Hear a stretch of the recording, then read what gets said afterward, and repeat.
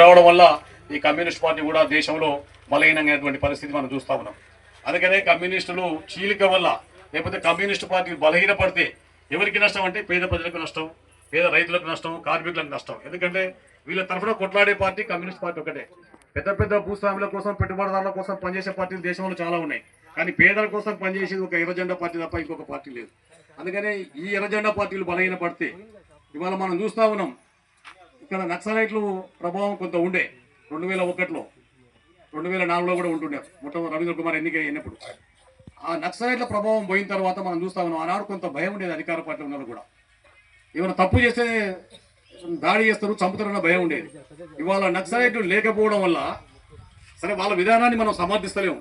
ఇవాళ ప్రజలలోకి వచ్చి ప్రజలను చైతన్యం చేసి ఓట్ల ద్వారా మన ప్రభుత్వాన్ని మనం ఎన్నుకునేటువంటి అవకాశం ఉన్న రోజులలో తుపాకీ పట్టుకొని తుపాకీని గుట్టం ద్వారానే మార్పు తీసుకొస్తాం, మనం కోరుకునే సోషలిస్టు సమసమాజాన్ని నిర్మిస్తామని చెప్పి అది చెప్తున్నారు.